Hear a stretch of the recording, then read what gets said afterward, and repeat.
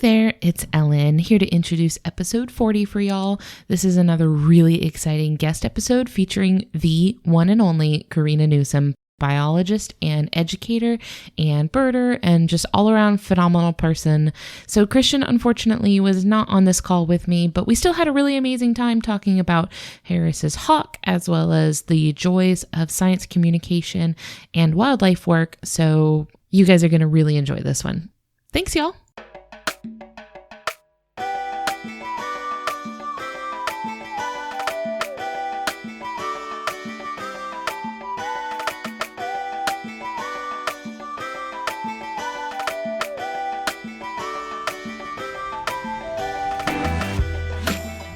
All right, y'all, we are here with Corina Newsome. Say hi, Corina. Hi, everyone. Awesome. Thank you so much. I'm really excited to be talking to you because you are kind of a team bird superstar. I'm honored to be called such a name. Thank you.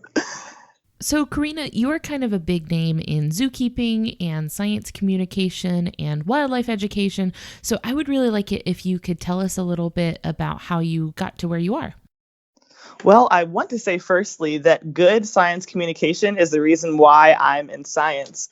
So I've always been interested in wildlife, but I wasn't really familiar with what the careers in such a field would look like. And then one day, someone reached out to me, a Black woman at my local zoo, Michelle, who is the lead carnivore keeper. And she said, "Hey, come shadow me behind the scenes at the zoo." I'd never been to a zoo before. When she gave me that experience and showed me what her job looked like, that kind of changed the whole trajectory of my career.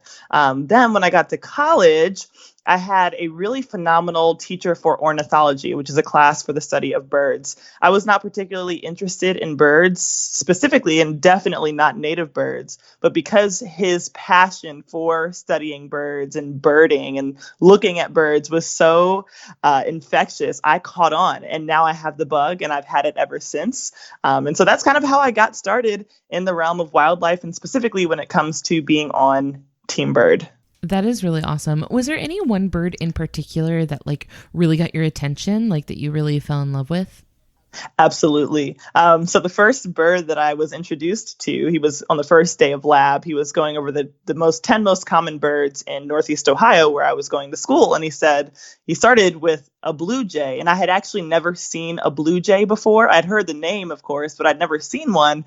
And so when the picture popped up, I'm like, what is that? What is that? All these shades of blue, white, black, and everyone was looking at me like I'd lost my mind. But the fact that I had never seen a bird that's so brilliantly colored and was all around me without me noticing was kind of my gateway into paying such close attention to the birds everywhere I go. They're so beautiful. And especially like you say, a blue jay, it's something that you think of as being commonplace. But when you actually look at them, they're so striking. They are. They're easily the most colorful, beautifully colored bird in North America. They are really great. So that's how I kind of found you, was through you talking about Team Bird, but I've also been keeping up with what you've been doing at your zoos. Like, for example, I really liked your pictures with the binturongs. Oh, yeah. Wilbur and Willow. So before we get into the animal that we're talking about today, just because we're talking about binturongs and I've never been up close enough to one to know for sure, what is the smell like? So as some of you may have heard, binturongs are known for smelling like popcorn. And it's a smell that people feel like they want to smell, but when you do, you kind of get popcorn ruined for the rest of your life, because the smell comes from when their urine contacts their skin and it makes a popcorn smell. So now I don't really like eating popcorn after being covered in their urine day in and day out for years. So, but it is popcorn. Oh my gosh. I had never thought of that, but that's equal parts sad and hilarious, because now, is going to the movies just completely ruined for you? It's fine. I usually have enough other kinds of snacks to distract me, but I just kind of steer clear from the real popcorn.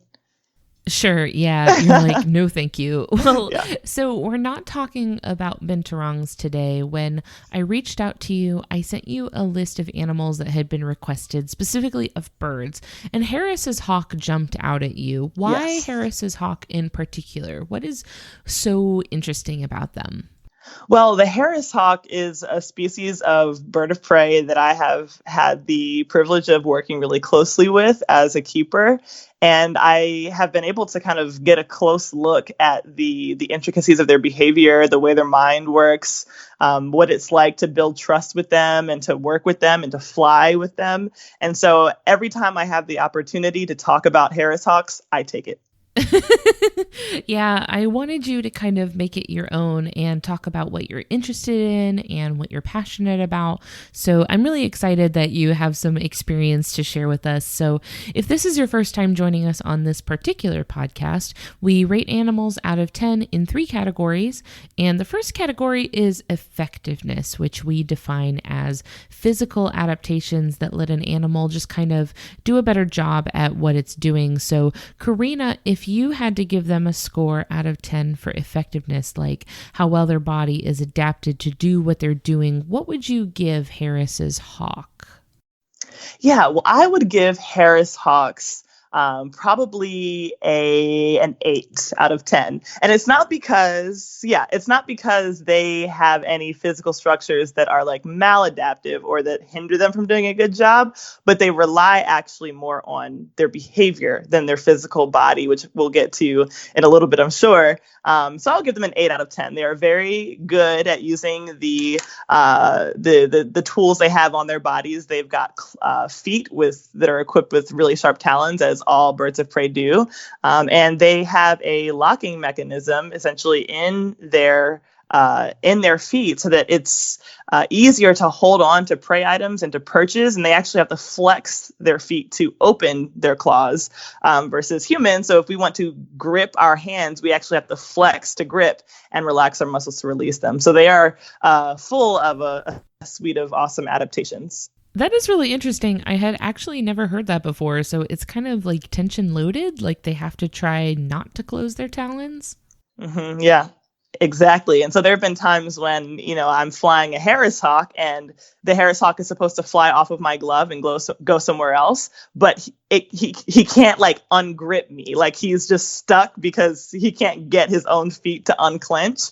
So unclenching the foot is the harder thing compared to clenching their feet. So very interesting adaptation there.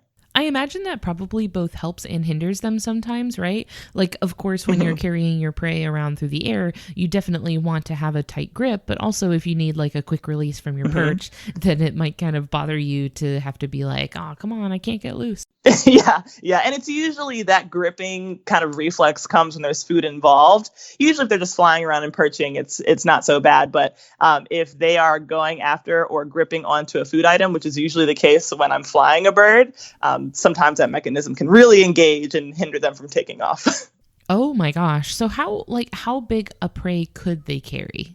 So that's a good question. So they typically don't necessarily fly with prey in their claws. So Harris hawks hunt typically like in the desert or in more open habitats, and they actually hunt in groups. So when they're going after prey, there can be up to maybe like 6 birds pursuing a jackrabbit, for example. And those jackrabbits can be up to like almost 15 pounds.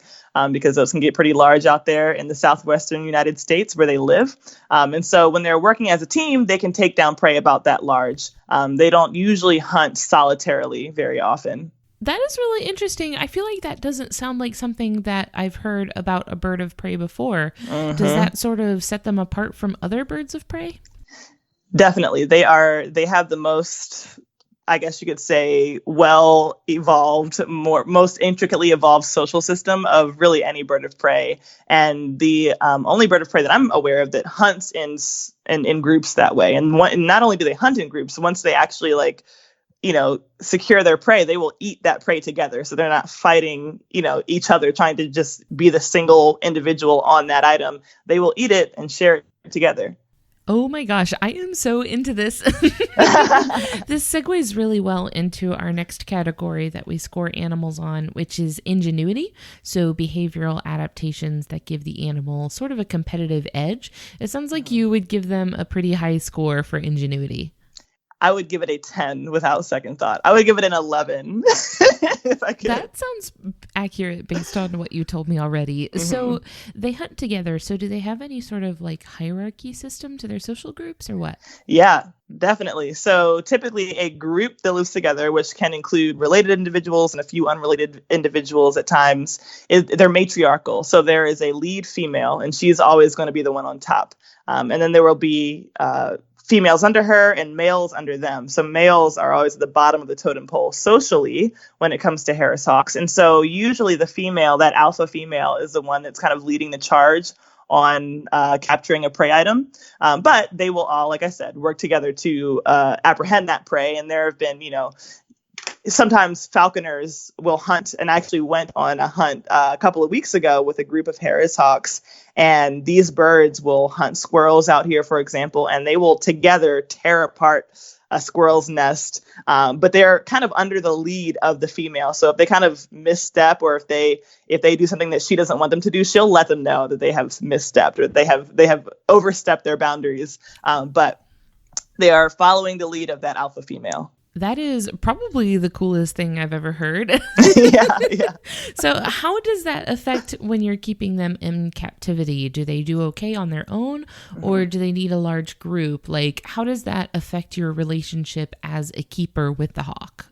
So oftentimes these hawks are housed and kept and flown and trained in solitude, as well as in groups. So they do well, like mentally and emotionally. They're not compromised when they're in human care if they're housed singly or if they're housed with a group versus being housed with a group. Living in a group is really important for when you're breeding and when you're finding prey in the habitat where they come from. Because these large groups not only hunt together, but they also, do things like feed the chicks, incubate the eggs, breed, and ward off predators, so having large numbers of individuals in those situations is very helpful. And if you don't have that would compromise your fitness, essentially. But when you're in human care and you do not have those same needs necessarily, or those same risks associated with being alone, there are no consequences. There are other animals, so other kinds of animals that are social in nature, so primates or other kinds of mammals, or even birds, require having other individuals around. So a parrot, for example, you cannot house completely alone with no social interaction, really, and expect them to be okay. But Harris hawks are unique in that they can mentally be just and work just as well and be just as healthy alone or with a group in human care. I really like the adaptability that they're bringing to the table. They're kind of flexible with their living style, because like with some small animals like guinea pigs or rats or things like that, it's compulsory that they live together, right? Because if they don't have that social stimulation, then they will get depressed and get very sick and die. But that's really interesting to hear that they're like totally fine either way. They're like, it's fine, I can hang, you can leave me alone. They're like ambiverts. Like they don't need to live alone, but it's nice. Yeah. So when you're training and handling them, do they seem like they'll have a particularly strong bond with one human over another? Like, how is their relationship with the humans that are handling them? So I would say when it comes to Harris hawks, they're not much different than most other birds of prey, and that when it comes to training them, the only association that can be strengthened between that bird and a person is who brings the food. With a parrot or more social animals, more social birds, like there's a lot that goes into them trusting you. Like, how do you look? Like, what's your demeanor when you come and approach them? A Harris hawk, as long as you are not an active threat to that Harris hawk and you are providing food regularly, that's really all that needs to happen. And Harris hawks are extremely smart. And so I only worked closely with one Harris hawk, and that hawk flew for, like 10, 12, 15 people, different people. And the only thing that we had to do was make sure that he associated us with food, and we had to build that relationship and say, hey, I'm a person that brings you food on a regular basis. That's all he needs to know. I can kind of relate to this relationship style because something that Christian and I often say to each other is that, how there are like 5 love languages, right? Yes. So what it leaves out is our love language, which is food. sharing Yes, food. I was just saying this. I'm like, how are there 5 love languages and you don't have food as one of them? Oh, man. So I feel like, much like this hawk, all I need to bond with somebody is just a really good meal. Like, Yes. like you just share a couple of good culinary experiences, and that's really the foundation of a good, positive relationship. Yes. Yes, a lot can be learned from working with Harris hawks. And I mean, they've got the matriarchal society, right? Yeah. They've got the women on top. Like, I just really think they've got it all together. It sounds like they did. It really seems like it. It sounds like they have figured out civilization. I think they would do a better job. We should just hand the reins over to them. I cannot disagree with you at all. How long do these hawks usually live? Yeah, so in human care, they can live upwards of like 30-ish years. That's kind of pretty high. In the wild, it's lower. Typically, that's how it goes, but around 20 or so years, 15, 20 years. Sure. In the wild. Okay, that's a pretty long life. Oh, I totally forgot to ask this at the top, but how big are they and what do they look like for people who, like me, are completely unfamiliar with them? Yeah, so Harris hawks, let's see. So they can, a female can be up to around, let's see, females are larger than males. Females can be around like 1,000 grams, which is like 1 kilogram, of course. And the males will usually be about, say, like around 700 or so kilograms, in that range. So the females are like kind of appear to be about a third bigger than the males, a little bit. Wow. And color-wise, they are not really brightly colored or distinctly colored, like a parrot might be, where you can easily distinguish from other birds if you're just a casual bird watcher. But what you're going to want to look for is kind of they're darker birds, so they've got kind of a reddish series of feathers on their wings near their shoulders, and their head, neck, belly, and back are kind of like a dark brown, very dark brown. And then they have a very characteristic white rump. So the base of their tail on the top and on the bottom is white. And so that's kind of a way to be able to distinguish them from other birds that live in their region. And again, these hawks are native to like southwestern United States. Southwest. Okay, so you're talking like Arizona, New Mexico, California, like that kind of area? Yep, and down into Central America. Yep. Oh, very cool. Okay, so I'm in Florida. Oh, cool. So I guess we probably wouldn't see this particular hawk where we live. I think we have red-tailed hawks around here that we see a lot, but probably the most common bird of prey that we see around here is ospreys. Oh, you're so lucky. I live in Georgia and we get some, but nothing like Florida. Nothing like Florida. So Jacksonville is like right on the St. Johns River. And so there's this one particular bridge where literally any day you can go on this bridge and you're going to see like 5 to 10 ospreys. So actually the college that Christian and I both went to, University of North Florida, their mascot is the ospreys. So like all of our school merchandise has ospreys on it and their little like war cry is swoop. Oh, nice.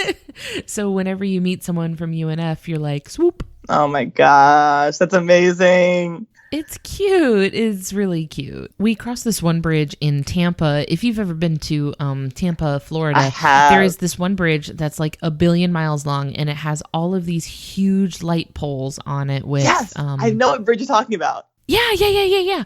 So they actually like made structures on top of the light poles so that ospreys could nest on it. Yes. I remember when I saw that, I just couldn't believe the fact that I was seeing an osprey like on literally every single pole down this bridge. But then when I saw, is that what those were, like structures to support the nests? Yeah. That's amazing. It's really cool. Wow.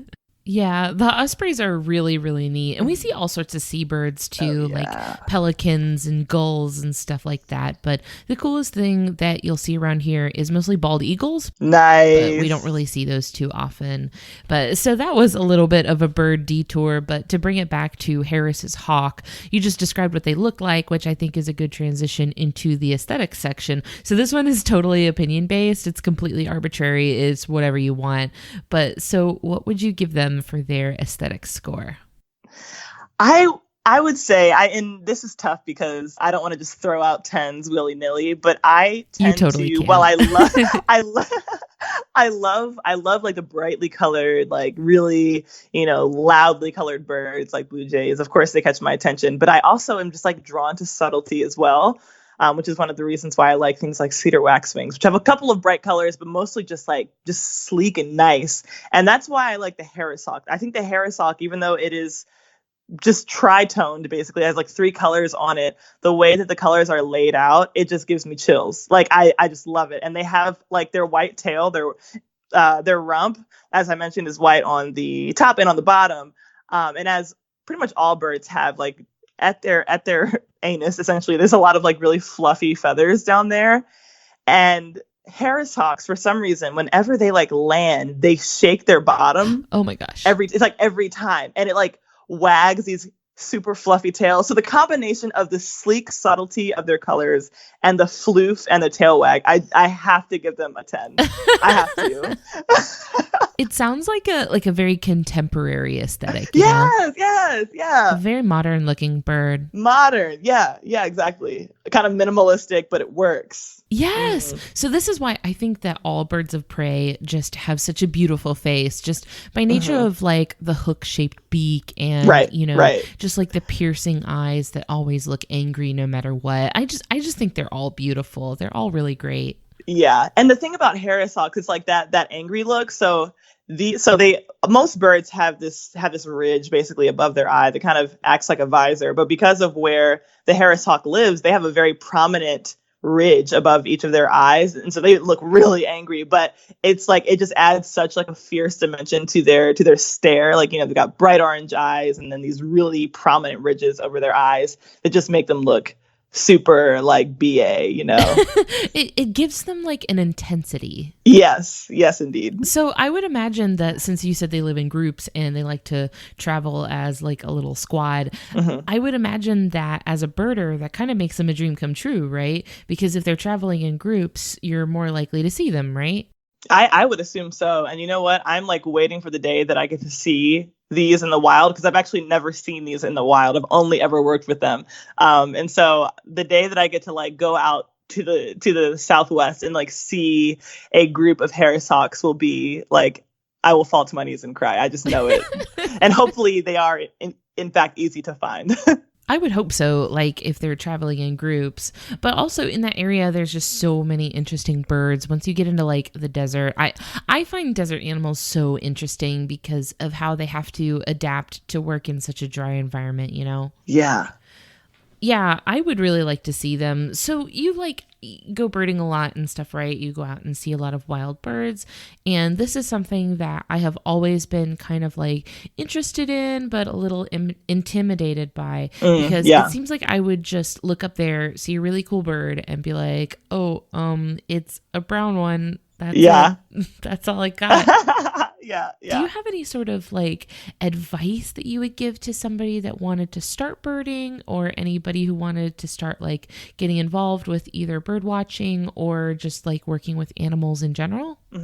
So when it comes to birding, I think that it is most effective to do it with someone who knows their birds. If you have that resource near you, if you have someone around you or a group even that goes birding, or, usually if there's an Audubon society in your area, people definitely go birding. But even if there's not, there's almost always going to be birders in your local area in the United States. If you can go with people who already go birding, that is the easiest way to learn. But if you do not have access to people who are, good at identifying birds, there is a really helpful app. The Audubon app allows you to input details of a bird you're seeing. So it takes into account where you are in the world. You can add in, what colors are on these birds, what's the overall shape of the bird and size of the bird, and then it will narrow it down to the possibilities based on what Audubon knows about bird distribution in the U.S. And so it's a really helpful way. I even use that to this day. If there's like, especially during migration, or if there's a bird that I'm just like blanking on, I can't figure it out, pop out the Audubon app. Very good, very good resource if you're doing a solo birding trip. But when it comes to kind of working with wildlife in general, I always say that it's good to find someone who does what you think you want to do, and say, hey, can I see what you do. See if you can get an opportunity for experiential learning, because it's really easy to kind of look from the outside in on any career and be like, yeah, like that's what I want to do, and then you like spend 2 hours doing it and you're like, absolutely not. I've seen that happen with like zookeeping, because zookeeping looks fun, but then when you realize, oh, the majority of your time is spent cleaning and doing paperwork, then it's like maybe not as fun as you thought. And I've had people be like, sign up for whole internships and then regret it 2 days in, so it's just good to like expose yourself. If you have any sort of contact with someone doing the thing you want to do, reach out to them and see if they'll let you tag along for a day and kind of get your feet wet, see if it's what you want. And then at that point, start finding opportunities to intern or volunteer if you're able to, or get a job, as a technician, if it's something like field biology, or as an intern, if it's like a more structured job like zookeeping.